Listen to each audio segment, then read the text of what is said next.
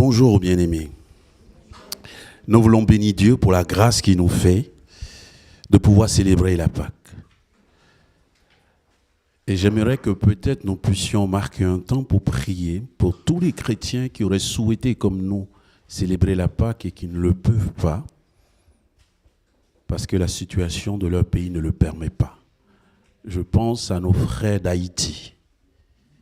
Je pense à nos frères du Moyen-Orient. Je pense à nos frères de quelque part là-bas en Afrique. Et nous voulons vraiment prier pour eux ce matin. Je vous invite à la prière. Seigneur, nous voulons te bénir et te remercier pour la grâce, parce que nous ne méritons pas, de pouvoir célébrer la Pâque, nous, dans ce contexte. Et tu me permettras d'en dire quelques mots tout à l'heure, mais les enfants, les ados, la louange, j'en ai déjà dit quelques mots ce matin, notre Dieu. Et nous voulons penser à nos bien-aimés frères chrétiens du monde entier, notamment les parties du monde affectées par la guerre. Nous pensons à Haïti ce matin, notre Dieu. Nous pensons aussi à tout ce bassin du Moyen-Orient. Nous pensons à ce continent africain. Et nous pensons à tous les pays latinos, en Asie aussi. Et nous voulons vraiment te prier aussi pour les chrétiens d'Ukraine, de Russie. Seigneur, nous te prions pour tous ces chrétiens qui auraient voulu, comme nous, célébrer la Pâque et qui n'en ont ni l'occasion et peut-être même pas la force. Que par ton esprit, cet esprit et qui se meut et qui peut être partout, que tu puisses les fortifier, notre Dieu. Et qu'au travers de la vie de ces chrétiens et de ces églises, nous prions pour la paix dans ces pays, notre Dieu. Nous invoquons ta paix. Et nous savons que tu donnes la paix, pas comme le monde donne la paix. Donne ta paix dans ces contextes. C'est ton Église qui te le demande. Parce que tu es un Dieu de grâce. En Jésus-Christ. Amen. Il est bon de nous souvenir, n'est-ce pas, de nos bien-aimés dans la foi. Il est bon que l'Église ne soit pas toujours désincarnée, mais qu'elle puisse vivre dans le contexte humain qui est la sienne, en se souvenant de ce qui se passe dans le monde. Nous avons vécu cette semaine avec une commémoration. Ce n'est pas le lapin que nous célébrons cette semaine, ce ne sont pas les œufs que nous célébrons cette semaine, ce n'est pas le chocolat que nous célébrons cette semaine, même si le coût du chocolat a grimpé, semble-t-il, et qu'il est passé à 10 000 $. Mais ce n'est pas le chocolat que nous célébrons ce matin. Il est bon de nous rappeler que la Pâque, ce n'est ni le lapin, ni les œufs, ni le chocolat. Il s'agit de la vie de quelqu'un. Et tout le long de cette semaine, en tant qu'Église, nous avons essayé de nous rappeler qu'il s'agit de la vie de quelqu'un. Ce quelqu'un s'appelle Jésus, Jésus le Christ. Et nous avons vu que depuis bientôt une semaine, une tragédie salvatrice s'est passée il y a près de 2000 ans. Une tragédie. Cet homme, Jésus, sans histoire, qui se réclamait juste être un rabbin, donc un enseignant de la vraie parole de Dieu, et qui se réclamait en même temps accomplir certaines prophéties anciennes, s'est vu arrêté au matin d'un certain vendredi, comme un brigand. Et il a eu cette parole forte, il dit, j'ai été à vous pendant 3 ans, j'ai été là au milieu de vous. Et même cette semaine, j'ai été là tout le temps. Je n'ai volé personne, je n'ai fait du mal à personne et vous venez m'arrêter comme un vulgaire brigand. Mais c'est pour cette heure que je suis venu. Il fut arrêté. Il a eu droit au moins à 4 ou 5 procès. On l'a baladé de cour de justice en cour de justice parce qu'il fallait établir l'acte de la condamnation. On avait du mal à établir cet acte. Et tous les jurys ont fini par dire, franchement, c'est un peu compliqué. Et finalement, c'est par sa propre parole qu'on l'a condamné. Parce que ce souverain sacrificateur a fini par dire, mais dis-nous exactement, il semble que depuis, tu dis que tu es le Fils de Dieu. Dis-nous si c'est vrai. Et Jésus a eu cette parole de dire, tu le dis, c'est vrai, je suis le Fils de Dieu. Et il a dit, mais donc il n'y a plus besoin de témoins. Il vient de se condamner lui-même. Et c'est sur cette base qu'il a été condamné comme l'un des plus atroces criminels de son époque. Au point où les autorités politiques avaient du mal, puisque eux, l'enquête qu'ils ont faite montrait que ce n'était pas un criminel. Et l'un d'eux était embarrassé. Et son embarras lui a donné de faire un choix et de demander à la foule qui était là de faire un choix. Vu qu'il y avait une tradition qu'à cette période de l'année, il devait libérer un prisonnier, ce qu'on appelle aujourd'hui les grâces présidentielles, il devait en faire une, et il a pris cette grâce pour pouvoir essayer de libérer Jésus. Et il a pris un criminel notoire que tout le monde connaissait, Barsabas. Et il a mis Jésus que tout le monde connaissait. Et pour lui, le peuple allait choisir de libérer Jésus parce que pour lui, Jésus n'était pas coupable. À sa grande surprise, encouragé par les ennemis de Jésus, la foule a dit « Libère Barnabas ».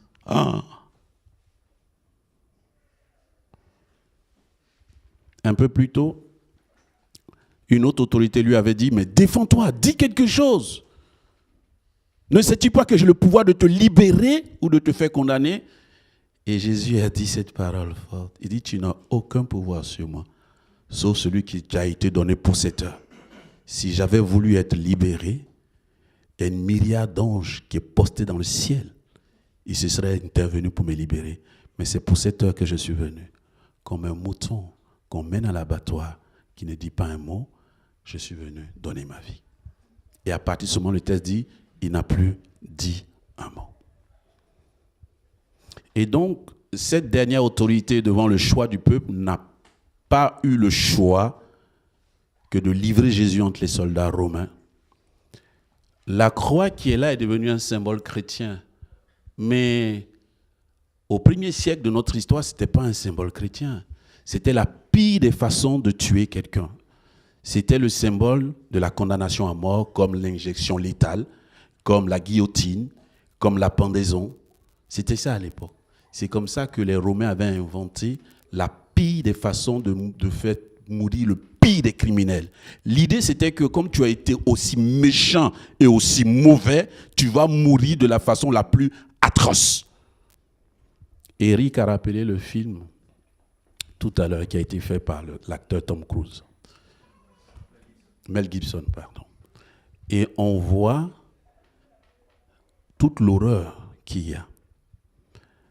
Le fouet dont on parle, si vous cherchez, vous faites des recherches, c'est un fouet qui est lacéré par des lamelles de fer, en fait. L'idée, c'est que quand on fouette le condamné, que ses vaisseaux sanguins se déchirent. Parce qu'on veut le tuer, en fait. On ne veut pas juste lui infliger une punition pour qu'il rentre chez lui après. On veut le tuer. Et donc ce fouet est là pour vraiment lui déchiqueter la peau, pour lui faire le plus de mal possible. Et la couronne d'épines qu'on a mise sur la tête de Jésus, ce n'était pas un cadeau. Hein. C'était une couronne et les recherches montrent que la façon dont on l'a enfoncé sur sa tête, c'est des grosses épines qui sont vraiment rentrées dans son cuir chevelu. Hein. Et ensuite, on faisait porter cette grosse planche sur le dos de ce criminel et il devait traverser toute la ville des kilomètres avec cette planche au dos et gravir une pente pour aller jusqu'au-dessus de ce qu'on appelait le mont de Golgotha. Et vous savez qu'à plusieurs reprises, Jésus a dû fléchir les genoux à cause de la lourdeur et que quelque part, un certain Simon de Cyrène a été coopté pour l'aider à porter cette barre. Et qu'arrivé au haut de ce sommet de cette colline, l'ignominie, l'ultime, la dernière, c'était que le condamné était couché sur cette croix. Et on dit que les clous, la façon dont on clouait ce prévenu, était vraiment d'une certaine cruauté. Nous, les évangéliques, nous avons pris acte de présenter une croix sans Jésus, parce que bien sûr, il n'est plus sur la croix. Mais si on devait représenter le Christ en croix, il ne serait pas aussi propre qu'on le présente sur certaines croix. Parce que son corps était couvert de sang quand même. De la tête aux pieds. Ça ne ruisselait pas, mais il était tout couvert de sang. Ses 2 poignets, des clous enfoncés dans des parties bien choisies pour faire bien mal. Et on dit que le corps était tenu par ces clous qui tenaient ces 2 poignets, de sorte que... Et pourquoi je vous raconte ça? Parce que si on ne parle pas de ces choses, on ne comprend pas ce que c'est que la Pâque en fait. C'est une horreur. Ce monsieur, ce Jésus, ce gars qui n'a fait de mal à personne. Il a dit, qui me convaincra de péché? Il dit, j'attends. Montrez-moi dans les 3 années où vous m'avez vu publiquement un seul acte de malveillance. Au point où même on a voulu le prendre au piège, on lui a dit, mais doit-on payer l'impôt à César? Il a dit, mais rendez à César ce qui est à César et à Dieu ce qui est à Dieu. Donc même devant les autorités, il était nickel. Et pourtant.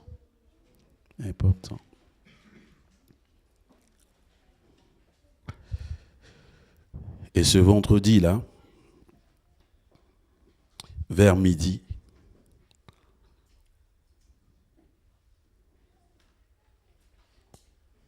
quelque chose s'est passé. Quelque chose s'est passé. Ce Jésus, Fils de Dieu, est mort.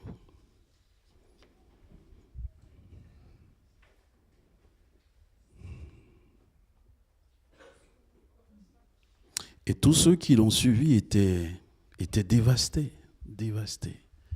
Les femmes qui ont été aux côtés de lui pendant toutes ces 3 années étaient dévastées. Sa mère Marie, Marie de Magdala, et toutes ces femmes étaient dévastées.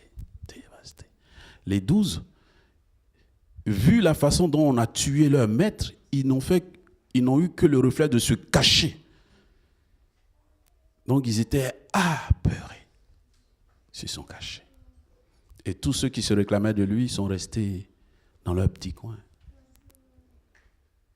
Mais quand la scène s'est produite et que ce Jésus est mort de la façon dont il est mort, et qu'il y a eu ces événements qui ont été entendus et vus par tous ceux qui étaient en ce moment-là à Jérusalem, le voile du temple, qui est un voile sacré et que personne ne peut toucher, à part les sacrificateurs et le souverain sacrificateur, s'est fendu du haut en bas, alors que ce voile est fait pour qu'on ne voie pas ce qu'on appelle le lieu très saint.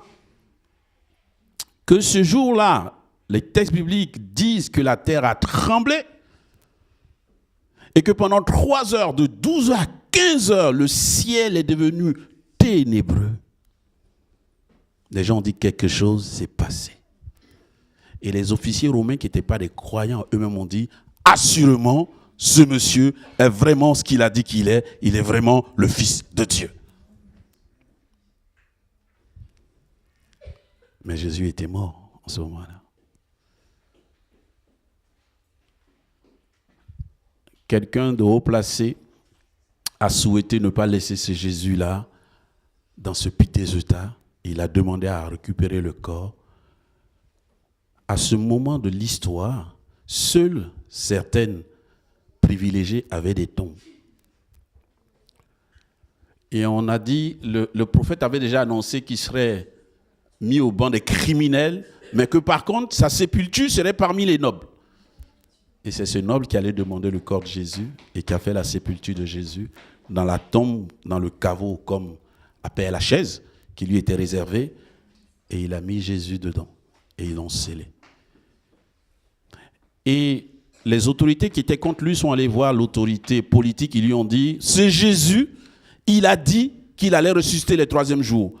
On sait, nous, que c'est une fable et que peut-être ses disciples vont venir le voler son corps de nuit et ils vont dire qu'il est ressuscité. Donc, donne-nous la permission non seulement de sceller ce caveau de façon hermétique, mais d'y mettre des soldats. Comme ça, on est sûr que personne ne pourra voler ce corps. Et c'est là que nous avons nos textes de ce matin. Mais avant ce texte, c'est vrai que Ésaïe, 8 siècles avant, avait prophétisé, parlant du Messie. Et les prophéties disaient, c'est de nos maladies.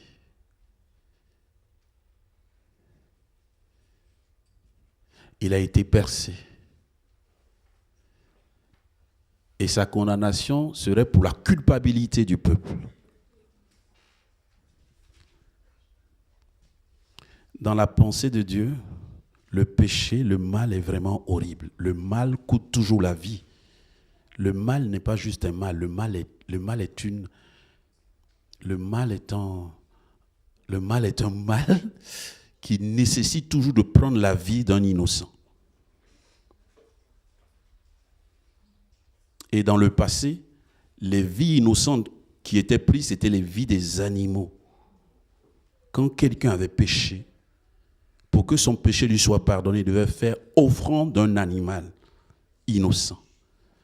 La pédagogie de Dieu, c'était de dire, le péché, il coûte la vie. Faire le mal, ça coûte cher. Ça coûte la vie. Et donc, dans le passé, les animaux que le peuple de Dieu envoyait pour demander pardon étaient des animaux innocents parce que ce n'était pas eux qui avaient péché.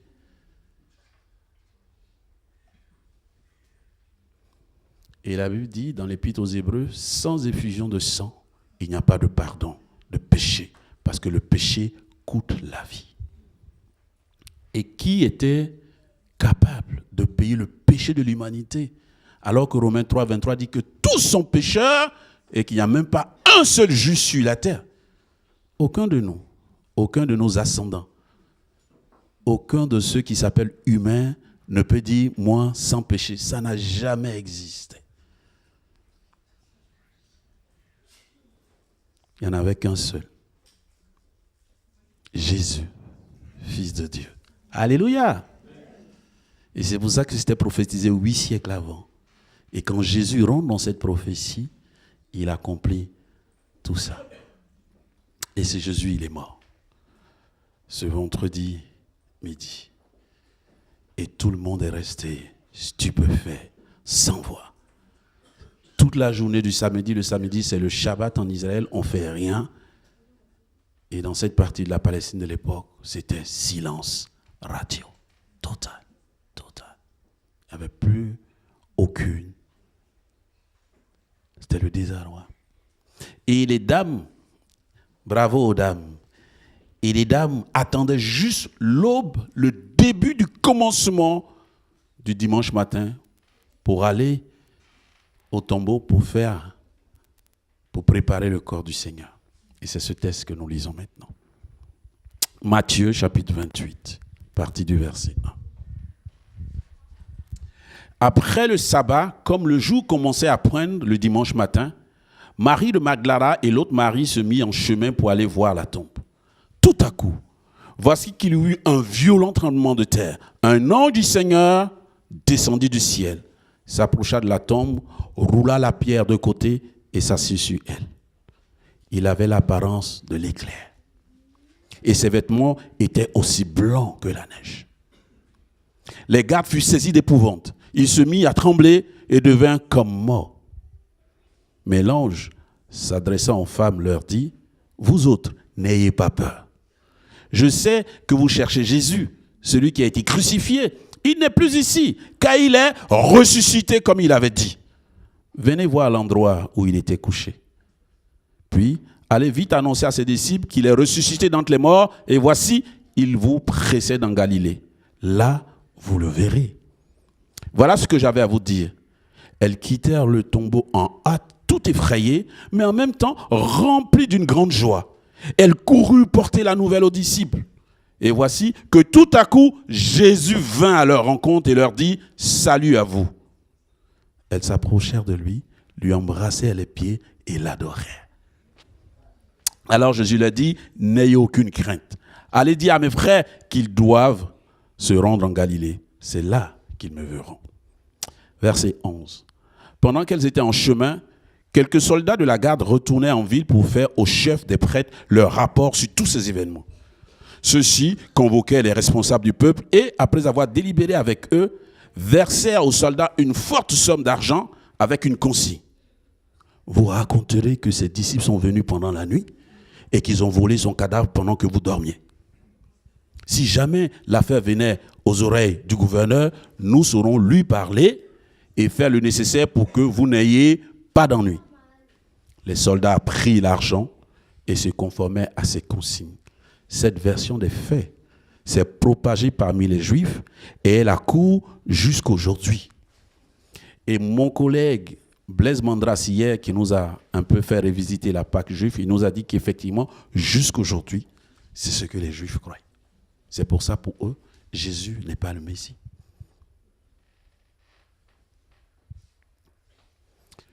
Mais Jésus est ressuscité.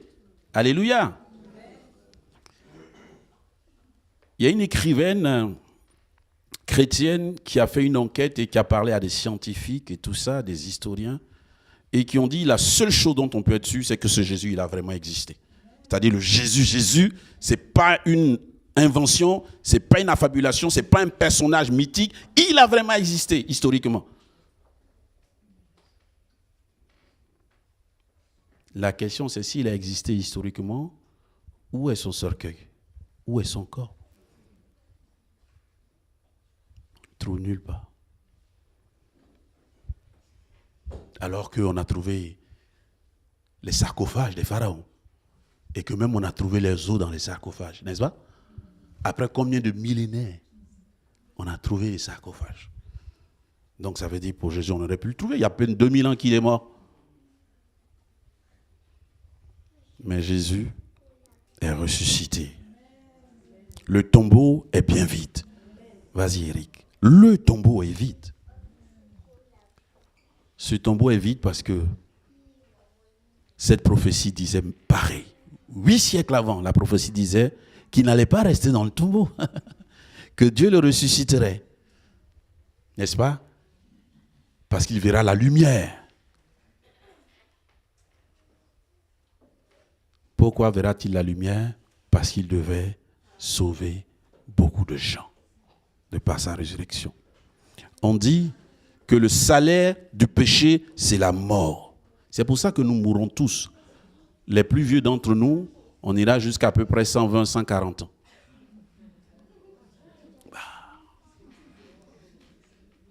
On dit qu'il y a une japonaise qui a avoisiné ça. Elle est morte l'année dernière. Elle était à peu près vers là. Mais je sais, je parle avec beaucoup de respect pour nos aînés, que quand les années augmentent, la fatigue est là. Et quand on a le Seigneur dans son cœur, quand on a 95, 100 ans, la seule chose qu'on attend, c'est de partir auprès de lui parce que les choses deviennent plus compliquées, humainement parlant. Ce Jésus, il est venu pour sauver beaucoup de gens. Il sera connu dans toutes les nations. Il avait déjà dit ça, ce petit prophète d'Israël qui s'appelle Isaïe, qui n'était pas connu du grand public, mais qui était connu en Israël. Il avait dit ça 8 siècles avant. Et aujourd'hui, Jésus, prenez le record Guinness, le livre qui s'appelle Record Guinness. Jésus est l'un des personnages les plus connus au monde, sinon le plus connu. La Bible est le livre le plus traduit dans le monde entier. La Bible est le livre qui est dans presque tous les villages, toutes les villes, et qu'on continue de diffuser dans à peu près toutes les langues. Ce Jésus sera connu parmi toutes les nations. Parce qu'il est l'agneau de Dieu qui ôte le péché du monde. Vas-y, s'il te plaît. Le tombeau est vide. Quelle espérance que ce tombeau soit vide finalement. Pourquoi il est ressuscité le 3e jour? Vas-y. C'est parce qu'il y a encore des prophéties. Donc, ce n'est pas un hasard, c'est des choses qui ont été dites pour accomplir une révélation par rapport au mal. Osée l'avait prophétisé. Osée, c'est un prophète de l'Ancien Testament qui avait dit, 2, 3e jour, quelque chose se passera pour restaurer la nation. Et on voit aussi qu'il y a un symbole qui s'appelle celui de Jonas. qui lui aussi, 3 jours dans le ventre de quelques monstres marins, et qui a été pour le salut d'une nation païenne. Hein? Vas-y, s'il te plaît.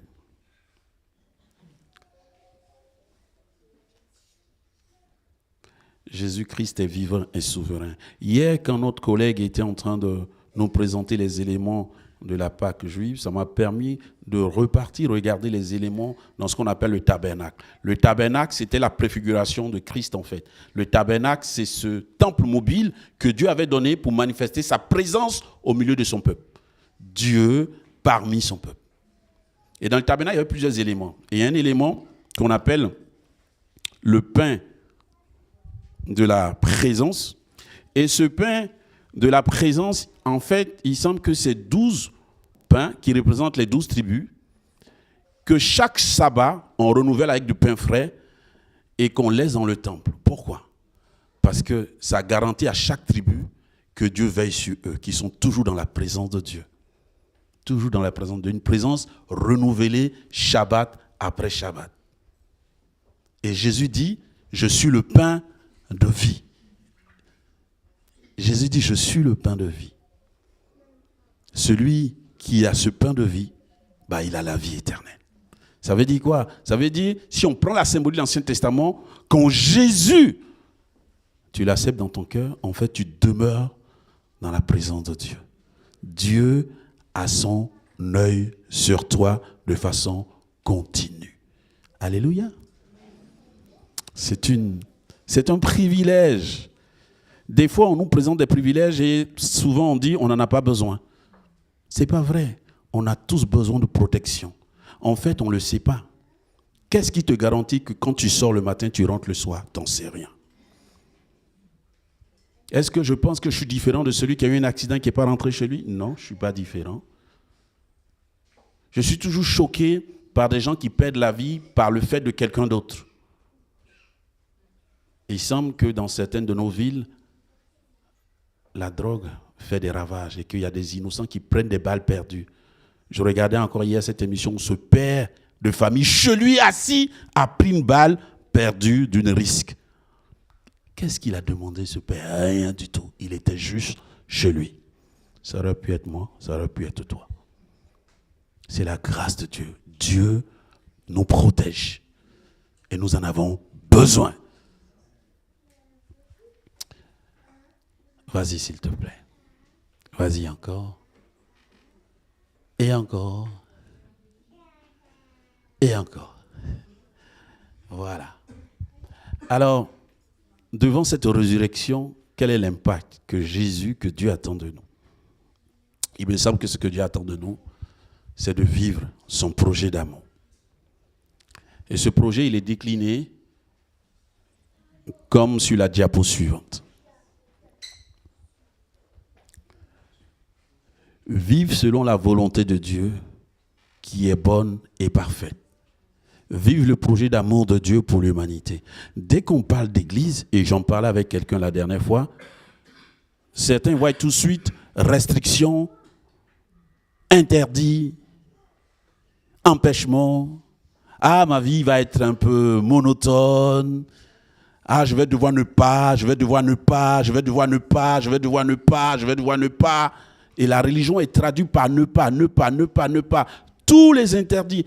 Parce qu'on est héritier de ce qu'on appelle la morale chrétienne, qui était une morale d'interdiction. Mais le projet de Dieu, ce n'est pas une morale. Le projet de Dieu, c'est un projet d'amour. La Bible dit que Dieu a tant aimé le monde qu'il a donné son Fils unique, afin que quiconque croit en lui ait la vie éternelle, qui ne périsse point. Et que Dieu prend soin de chaque humain. C'est un projet d'amour. Ce n'est pas un projet d'interdiction. C'est un projet de vie, c'est un projet de bonheur.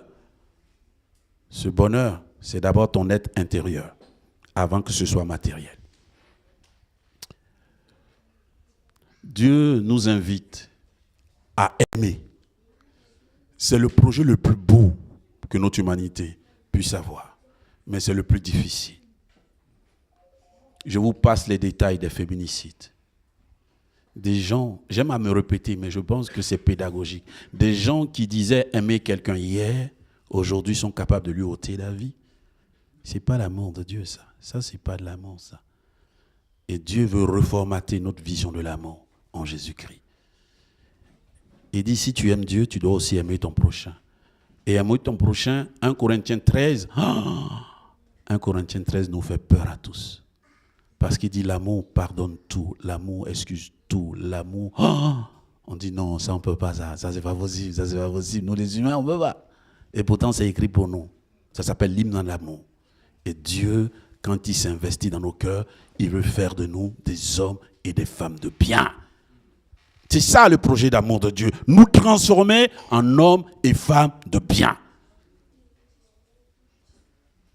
Si vous n'êtes pas convaincu par ce projet, regardez l'état de notre monde. Le monde a dit que la rationalité allait nous sauver. La rationalité nous aide dans beaucoup de domaines, mais ne sauve pas notre instinct gringuer de faire du mal à l'autre.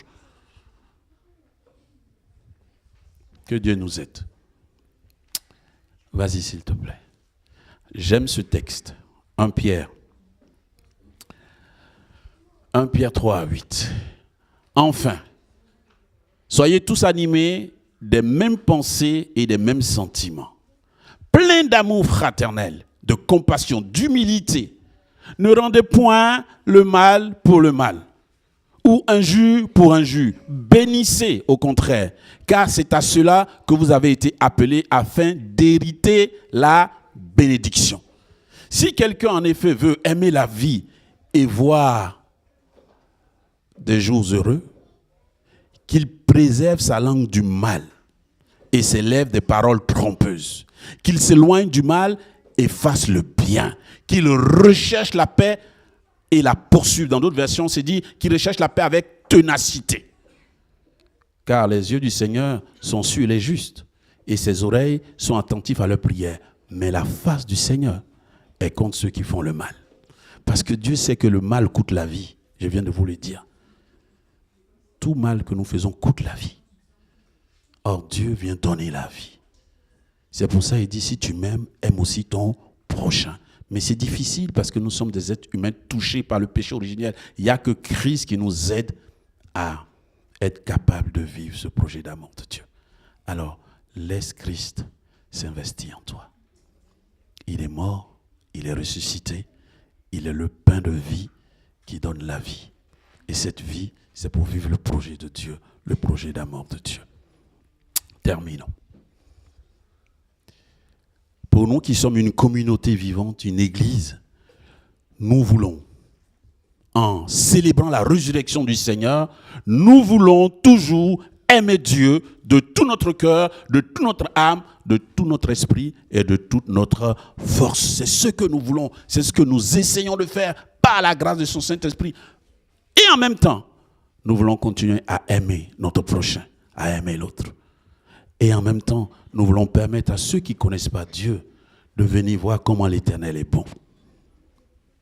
Ce n'est pas des paroles en l'air, c'est la vie que Dieu nous offre. Et vous qui étiez morts à cause de vos fautes, Dieu vous a donné la vie avec le Christ.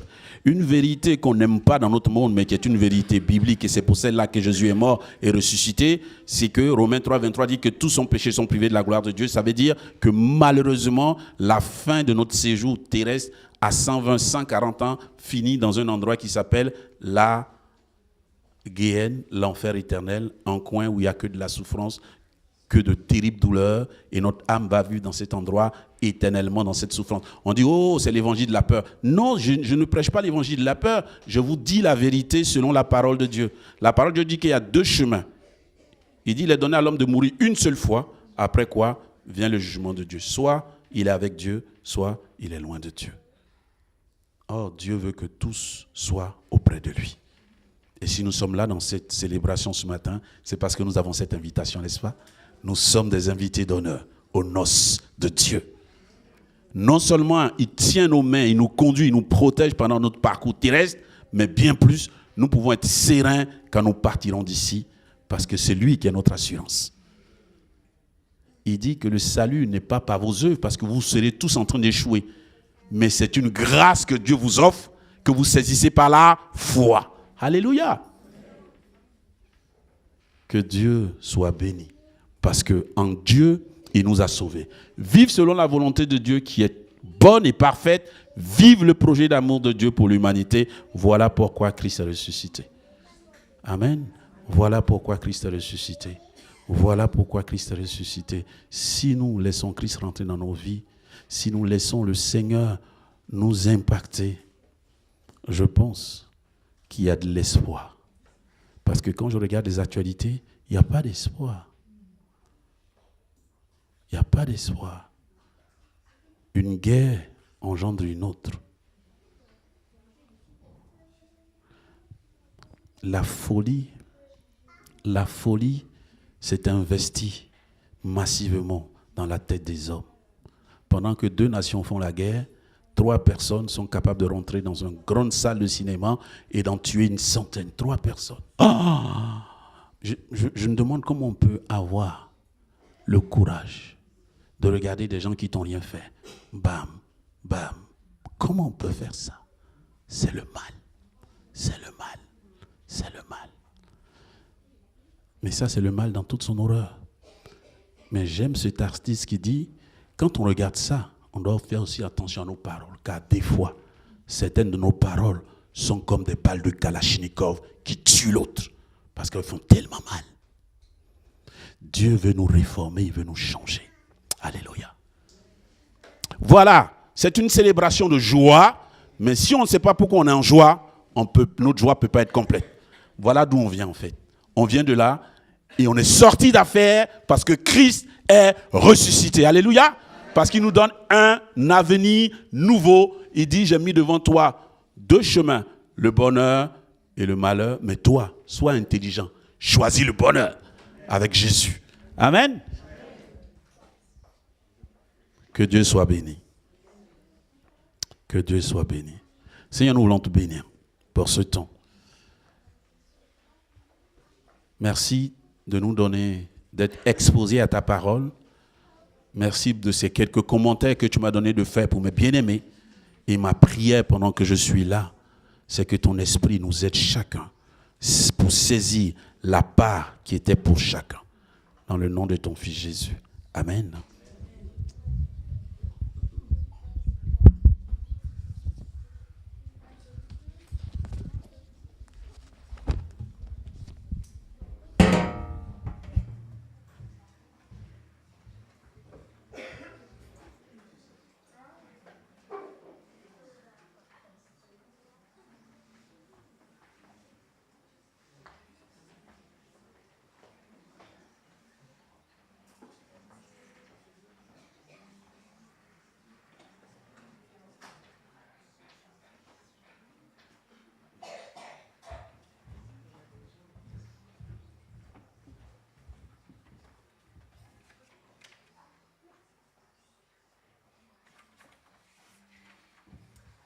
Merci pour...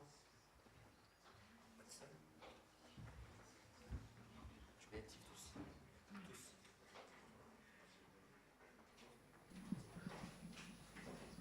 Ok, merci. Donc merci pour le message de la parole de Dieu. Donc sans plus tarder, nous allons passer à un prochain chant. Donc c'est un chant du groupe des hommes. Et s'il y a certaines parties qui paraissent pas tout à fait claires, on pourra toujours discuter par rapport à ce qui a été dit, donc juste avant. Si on veut plus d'explications sur ce qu'est la Pâque.